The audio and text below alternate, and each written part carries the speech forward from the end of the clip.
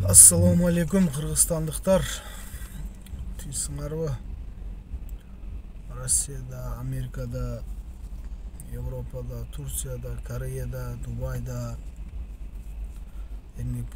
emgek kılıp жүрген Kırgızstanlıklar.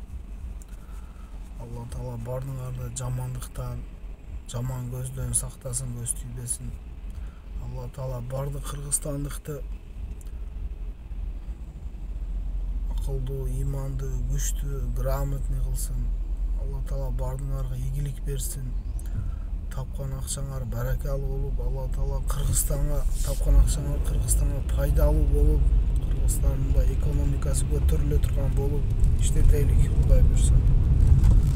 Мына көрүп жатасыңар, Кыргызстанда өтө күчтүү порядка болуп атат.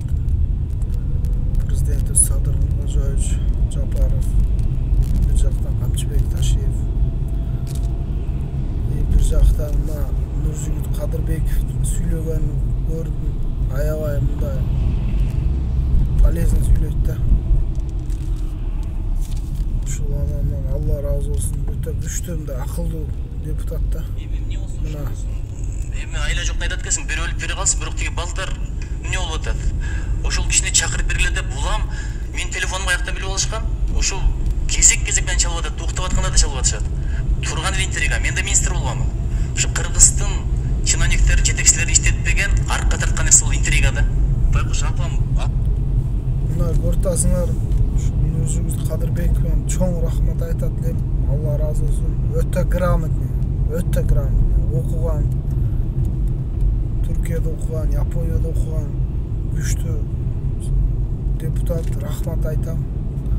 Ушу Нуржигит Кадырбеков окшогондор Кыргызстанда көбөйсүн. Кыргыз эл үчүн, Кыргызстан эл үчүн иштеп берсин. Алла разы болсун.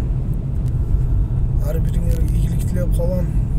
Туура эмес сүйлөгөн болсом, кечирип койгула, комментарийга жазгыла пикириңерди.